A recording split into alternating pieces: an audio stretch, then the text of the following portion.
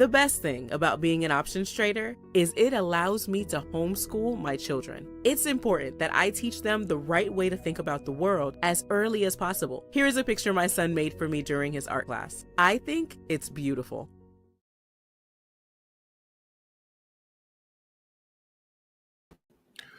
What's going on, everybody? So today is 12/9/2024. David W. Williams, also known as Diamond Dave. Appreciate everybody for coming through. What's today? Monday? I think today's Monday. Yesterday, Monday. And what we're going to talk about is economic specialization, how Major League Baseball players get paid. And so the goal of this particular video is to help you to understand economic concepts by using everyday situations and really making it to where the common person can understand it, because the goal is once you understand these concepts, you can understand how to solve problems in your local area, also how to solve problems in your family, right? And so we're going to talk about this concept of economic specialization. And this concept is really, really, really big in the West. I don't want to say it was invented by the guy that wrote, I think it's The Wealth of Nations. I think it's Adam Smith. I don't know if it was created by Adam Smith, but I know it's something that he very much talked about.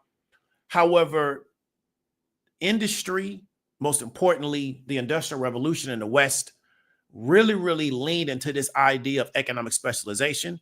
And it's something that can be very much illustrated overtly, right, in a very extreme situation in professional sports, which is why we're going to use professional sports as the example, right? Because it's going to be easy for you to see it, okay?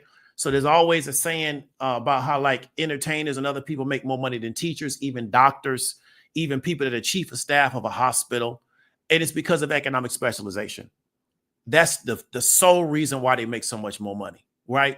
And it hasn't always been like that, but now it's like that, and it's probably never going to go away until this particular economy just goes under. Then it won't be able to support it, right? And we're going to kind of talk about that. So we're talking about Juan Soto, and something that we've talked about on this channel a few years ago when he was with Washington, I think the Nationals, right? And they offered him that deal. And I told people, that deal was like a lifetime deal. He was 24 at the time. He was still a really young guy. And the deal was a lifetime deal. I think that deal would expire when he was like 38. And it was for like, I don't know, $400 or $500 million. And I said, that deal is too long, because I said that there are going to be people signing for $1 billion before the end of this decade. And so the deal that Juan Soto got that we're going to talk about from the Mets, it's going to be an illustration by before 2030. You're going to have Major League Baseball players signing for $1 billion. It's going to be easy work, right? Because he can opt out of this deal in 5 years, I think 4 or 5 years. So if he does really well in this deal, he can go back and get another deal, and that probably put him over $1 billion. It's that kind of money in baseball, but it's based on economic specialization. This deal's not available to everybody. We're going to kind of get into the numbers of it, right? So that's what we're going to talk about. So let me know what part of the country that you're coming out of. Let me know that you can hear me, and we're going to go ahead and get into it, right? So what I want to show you real quick is looking at Juan Soto, right? So this is Soto. So just look at the guy, right? Now, Soto is a Dominican. So, you know, and I'm not from New York City. A lot of the Latinos that come from New York, they don't live in West Orlando. They live like in Poinciana and Kissimmee, places like that. Or they live in East Orlando.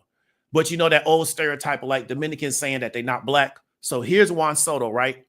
And here's a rapper named K Solo.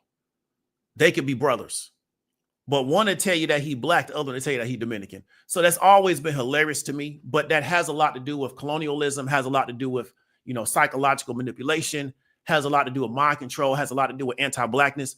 But this guy and this guy look like brothers, but one to tell you he Dominican, the other to tell you that he black.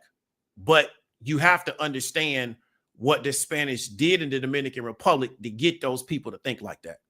And once we understand that, then we can understand the mind control and the psychological conditioning that those people have been under to make them see themselves a certain way. So we want to go ahead and just point it out, man, but we don't want to sidetrack the situation. But I found it to be really interesting once I saw what this guy really looked like with his hat off. I knew people growing up that looked just like this, but they was black. But it's you know, it is what it is, right? So let's get into economic specialization, right, as the actual topic that we're talking about. So if Soto had to work as a plumber and work at a baseball player, it can be difficult for him to be skilled at both situations. A good plumber is going to be very skilled. They can make a lot of money. but it can take a lot of time, a lot of energy, a lot of study, a lot of experience to develop that skill, right? You won't become a master plumber in 2 years, right? And the same thing with a baseball player.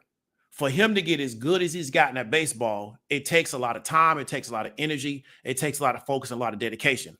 Therefore, if he had to leave, playing for the Yankees or the Nets and then go work another job as a plumber, or he had to spend his summers working as a plumber to support his family, it could harm his ability to be really, really good at baseball. The fact that he's been able to just focus in on baseball from a very, very young age to now is one of the reasons why, right, he's been able to be so good at it. Because even if he had the talent, if he could lock in and focus, he couldn't have got as good as it is now. He's 26, 27 years old. He's really, really good, right? And they believe he's going to get better, which is why they're giving him the kind of deal that he's getting now.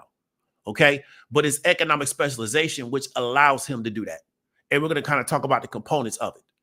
But when you're in a situation where you have to do multiple things, it can be very difficult for you to get good at any one thing. Now, that can be a blessing and a curse based on the situation, right? But the economic system that we developed in the West has compensated people for being very, very good at one thing that the market sees as very valuable, right? But there's also some contingencies to that. So that's something that we want to understand. If he had to do both, it could be very difficult for him to be skilled at both, because both situations require a high amount of skill to be very good at, right? Even though they don't pay the same. So talking about economic specialization in labor, when a person focuses their attention on a specific set of tasks to become more productive and more successful, right? So what Soto decided to do at a very, very young age, and we've seen this with the people in DR, right, is they have these camps for young guys, and all you do is just play baseball. And you just play, like, baseball becomes your life. And the goal is to get you signed to a major league team. The goal is not even for you to go to college at all. There is no track for them to go to college, because many of them come from deficient education systems. So they're not really being prepped to go to school. They're just being prepped to play baseball. And so what they do is they just play baseball pretty much 24 hours a day. And the goal is to get a major league team to give you a minor league contract and work your way up. That's the goal. That's the trajectory, right? Because based on their situation in the DR, there's not a lot of opportunity for them outside of those type of things, right? So they start specializing in this sport at a very, very young age. Okay. And it is what it is. It's been going on for years. You get a lot of guys coming out of Venezuela. I don't know another Central South American country that they come out of, but like DR, Venezuela are two big countries where they're really big on that. We can't get access to a lot of Cuban players because of their system down there, but Cuba also produces really, really good players. It's just hard to get access to them, right? So first thing, we got to understand, there has to be a market to support your specialization at that level, right? That will support people who provide the specialization. So what I mean is that there has to be a market to support your specialization. If you're building out specialization and there's not a market to support it, it can be difficult for you to get compensated for it. Now, you may be able to figure out how to go create your own market, but Soto did not have to create the market for what he does. The market was already there. He just had to try to figure out how he can get selected by the people in the market. So his price was bid up to what it is now. That's just the reality, right? His price was bid up. He didn't have to go out and create the market. He just had to figure out, how can I be attractive to the people in the market who are willing to bid up my price and they're willing to put a value on my specialization.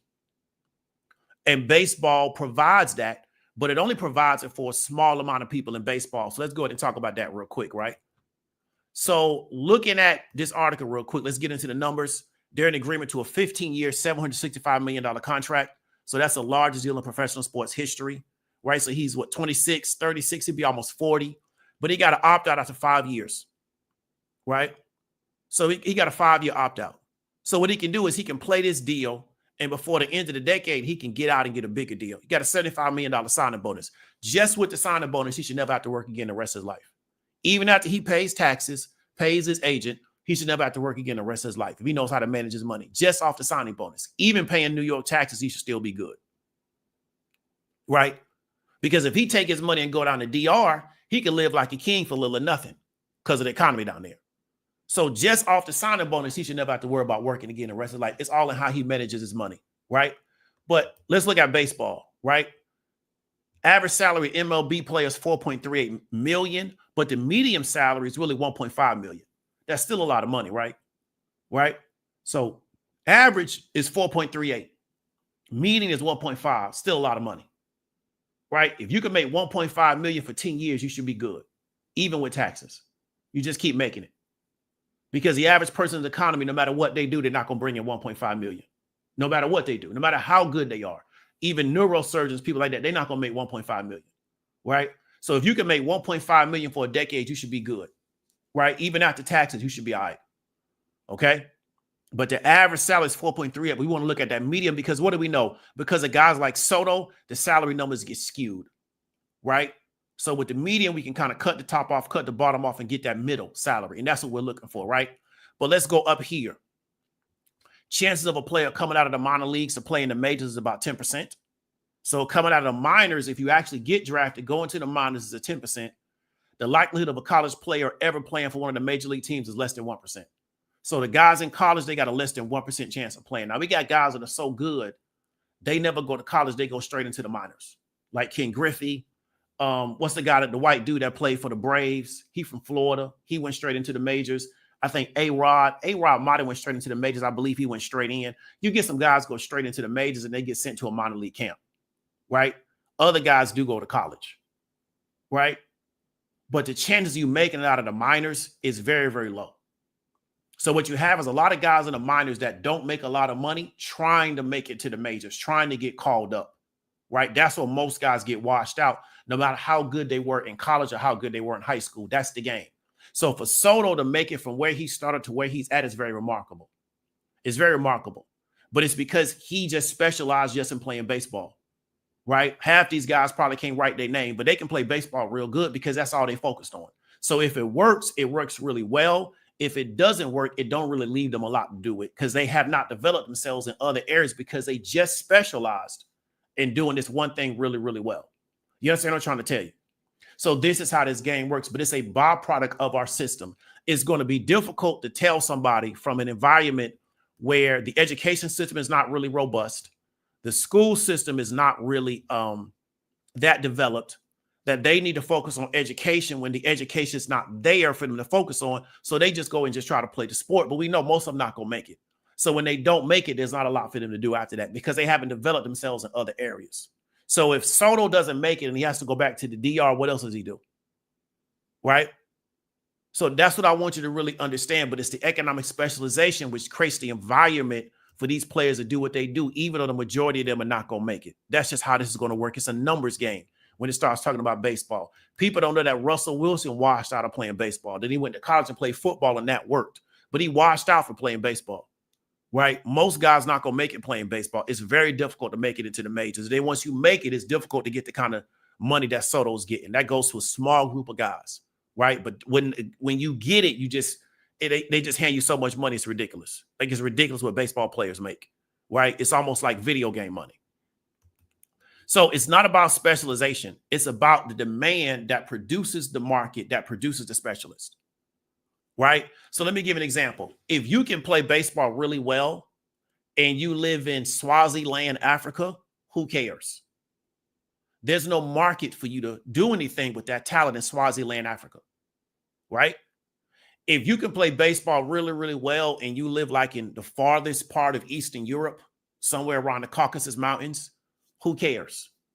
There's no demand for that skill set there. So people focus on the wrong part of the economic puzzle. I've talked about this before. The idea that CEOs create jobs. No, they don't. In an economic system, what creates everything is demand. So there's a demand for his talent. There's a demand for his skill set. That demand creates the market because what do we know? There's more than one team that wanted to sign him because the Nationals tried to sign him. I know the Yankees wanted him because he was playing for the Yankees, but the Mets got him. So what do we know? There was a market. There were people bidding for his services, his skill set, right? So then that now creates a specialist, right? So there's a demand for what you do. That creates a market, which creates a specialist. If there's no demand, it doesn't matter what you do. So this is why you could be very good at something but can't make a lot of money at it because why? There's not a lot of demand for what you do. Now, you may figure out how to go create your own market for what you do. You may be like, hey, I have a certain skill set in the city. And then what I go do is I go door to door and figure out how to create demand for what I do. Or I promote myself in my city and figure out how to create demand for what I do. So what you do is you create your own market, right? And some people have the ability to do that. Or you can find a market that already exists, like baseball, and then ask myself, what skills do I need to be valuable to that market? Because we know with Soto, people already believed that he was really, really valuable 2-3 years ago because of the money that the Senators the Nationals tried to give him. Nationals tried to hand him all the money in the world. He just didn't want it. He was smart not to take that money, right? It wasn't a good deal for him. So that's what you always have to understand. When people come to you and start talking about anything else except the demand, they don't understand economics, or they think you don't understand economics. That's why they're talking to you like that, right? It's about the demand. The demand always creates the market. Without demand, there's no market, right? There's a really good scene in a movie called Sicario, really violent movie. So I would warn you about watching it. And the guy straight up tells the lady who was working, I guess, for some type of drug task force, he says, as long as people keep taking all these drugs, this stuff ain't going to stop. It's not going to stop. All we can do is manage it. Because why? In the United States, there's a demand for drugs. So it doesn't matter what law you pass or what you try to do. All we can do is manage the situation because of the demand for people to consume these narcotics. That's what creates the market, right? So in an economic system, what you want to take away from this is demand creates markets. Nothing else does. So anybody tells you anything different, either they don't know or they think you don't know. That's why they're talking to you like that, right? And you don't have to believe me. I want to encourage you to go study what actually creates a marketplace. It's always going to be demand. If you put enough time in, I believe that you'll see it that way, right? So don't take my word for it, because I'm not the guru sitting on top of a hill. So the takeaway question we want to ask ourselves is, how come the DR can't pay Soto what he makes inside the United States? How come he can't go back to the Dominican Republic with his baseball skills and make, I don't know, $780 million? How come he can't do that in the DR, right? And so once you understand that, then you kind of have a better understanding of how this thing works. How come he can't stay stateside and make that type of money? He could play baseball down there, but how come he can't make what he's making here in the DR? That's the takeaway, right? Because the goal is to get it to where it's not just a video, to where you understand on your own with your own group how to build out these type of structures yourself. And you won't get there till you start asking yourself certain questions around, why don't we go and try to do this on our own? And then the trial and error of you either being successful or not successful will help you come to the revelation around what's really going on. Just understand this from an academic standpoint won't make sense, right? It's just you'll understand it academically. I would encourage you to understand it practically by going out in the real world and actually going and trying to do it, figuring out how to create your own markets for yourself. And then you'll kind of understand some of the limitations that you have and then what you need to work on to go be successful. Or you can be beholden to other people create their market, and you got to take what they give you. Because we see with Major League Baseball, there's only going to be a small handful of guys like Soto. Everybody else is in a different position. Even though the average salary is $1.5 million, it's a big difference between $1.5 million and what Soto's going to make per year. Just his signing bonus is greater than what most guys will make in baseball over their career. Just a signing bonus. We haven't gotten to his yearly salary. So that's what I want you to understand. So are there any questions about anything that we have discussed so far? We at the 20-minute mark.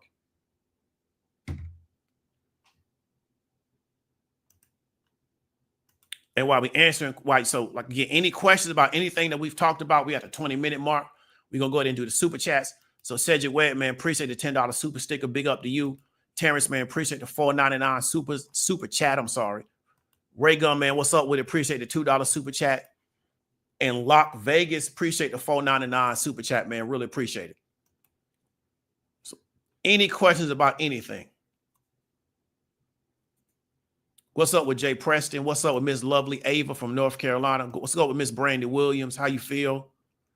Shadow Dragon, what's up with it?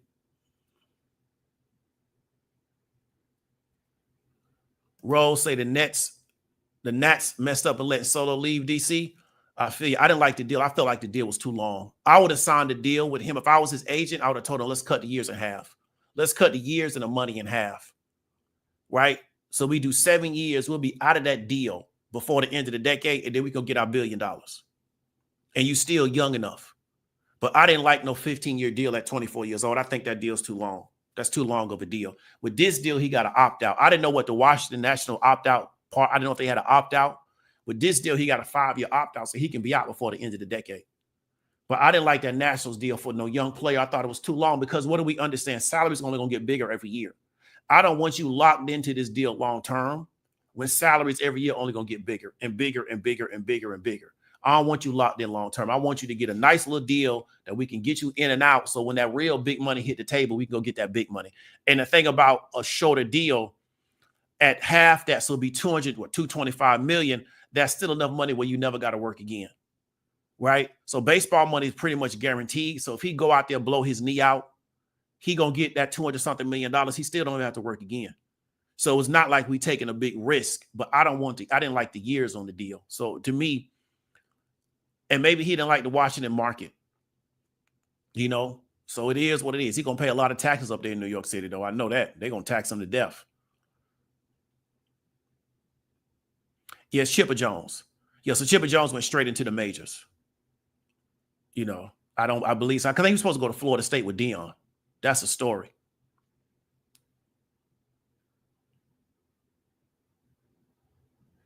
So Rose says it depends on how many people are dipping into that median accountant, attorney, physical therapist, nutrition.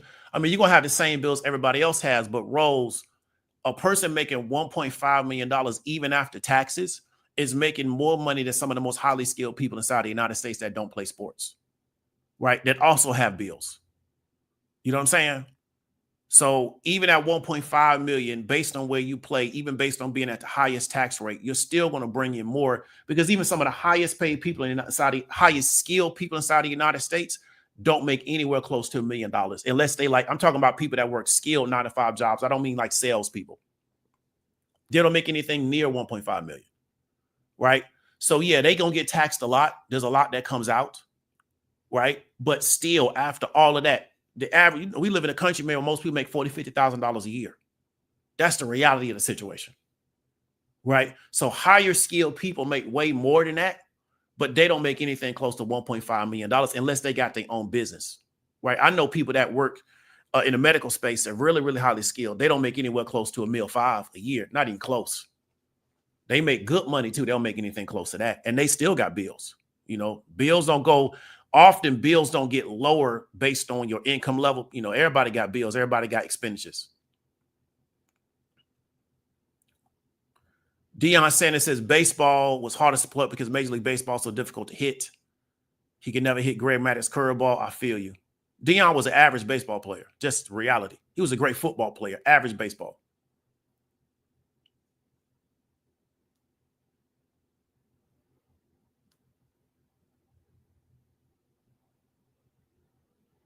Gregory says doctors don't even make that much. They have to work hard to get $1 million working. I feel you.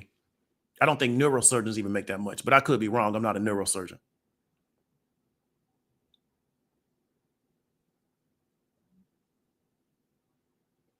So Mika says, would similar segment be possible on an NBA product pertaining to its elasticity? I mean, we could do it, but all we got to do is just look at the numbers. Have NBA prices for tickets, have they gone up over the past decade, right?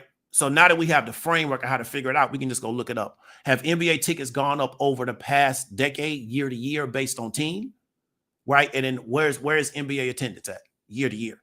So now that we have the framework that we established in the last video, then we can apply that framework to every scenario based on ticket sales because we established a framework. So I don't know if another video based on that would be, would be practical. Because we've already established a framework, I don't want to be redundant. But if it's necessary to get people to get it, I'll do it. But I think by us already having a framework, we can just use that framework and apply that to similar situations. But that's a great question.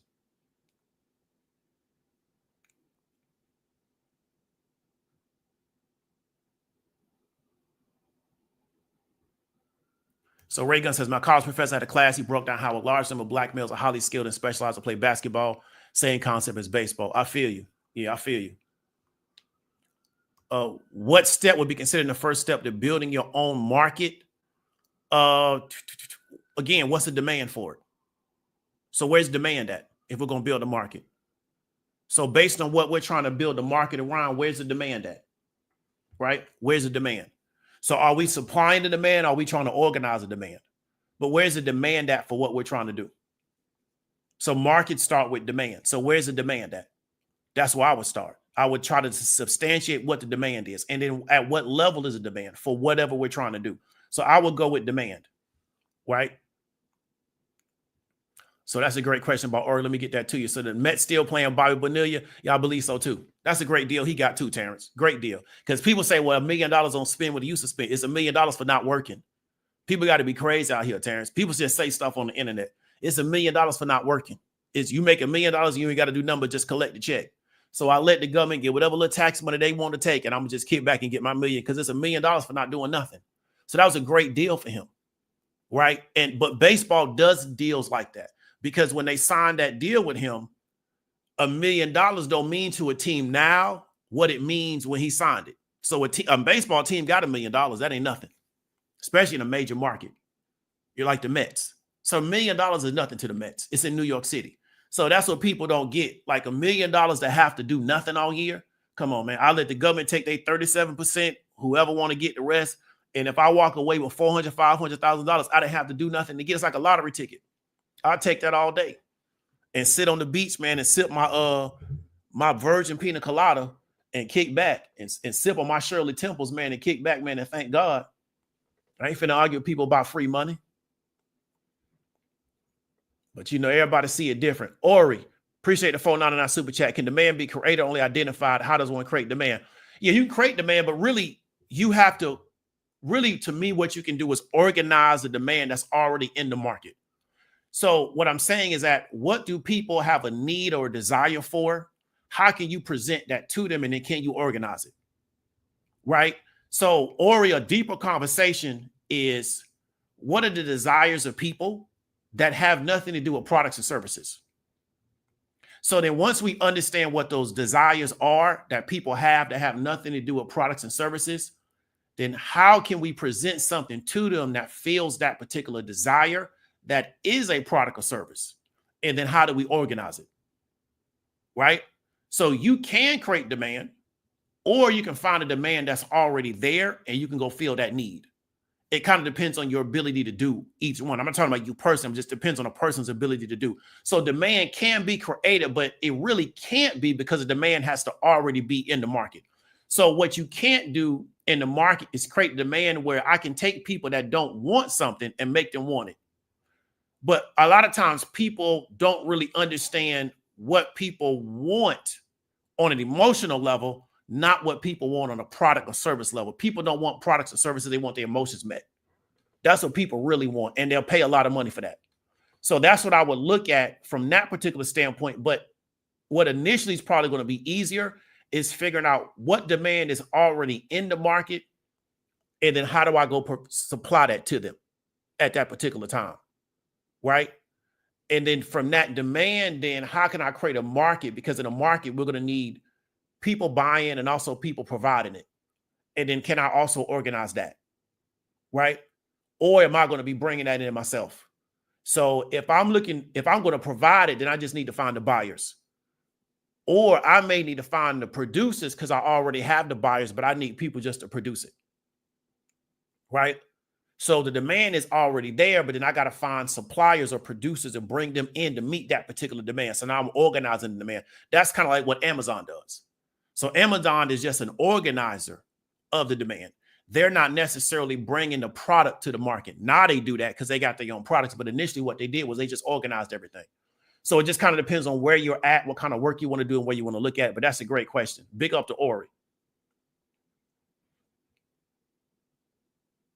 Yo, Roscoe say you're going to throw some rum. Y'all don't drink, bro, but I feel you. I don't do alcohol at all. So if somebody ever come out and tell you I was drinking, they lying because I don't drink, bro. I don't touch it.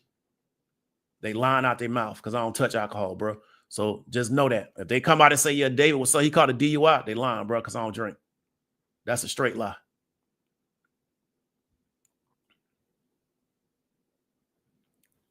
So Miss Lovely Ava says it's very important for the next generation to focus on one skill that's projected to be in demand outside of sports and hope they get it right. Definitely. I agree with you. And there's things that you can look up to try to kind of figure out where the employment trends are going, We know there's going to be a lot of skills in the tech space, especially with programming, development, things of that nature. So that's going to be very, very hot over the next probably 50, 60, 70, 80 years, right? So we know those aren't going away. But there's also a lot of highly skilled labor skills are going to always be there, because it doesn't matter how many computers and AI they do, they still going to have to drive freight all over this country. They still got to build things. I was just down in Atlanta earlier today. They building stuff, doing construction. That's not going to go nowhere. They're not going to have robots doing that for a very, very long time, because the skill set is too discretionary, where they can't program robots to do that right now. We don't have programmers with enough intelligence to program robots that can do that. Same thing with fixing cars, doing diesel repair. Robots not going to be able to replace those people for probably 3 or 4 decades, right? And even then, it's probably going to still be sketchy, right? So those type of skills are always going to be in demand, going way, way out. But we know it's going to be programming, development, things of that nature.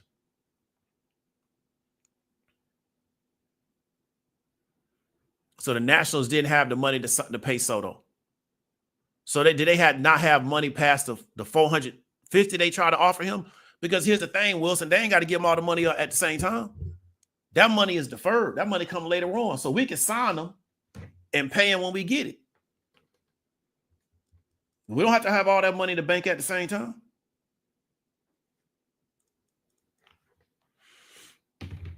You know, they can sell a bond and get the money. If they really want to keep him, they can find the money. I just wouldn't want to play for the Nationals, because who else they had on the team besides him? You know, the New York team's normally known to keep good teams, like, all around. So, you know, he might have figured, I don't want to be on the Nationals, man, and just be, you know, they just be trash like that. But I'm not into baseball like that, bro. It's too many games.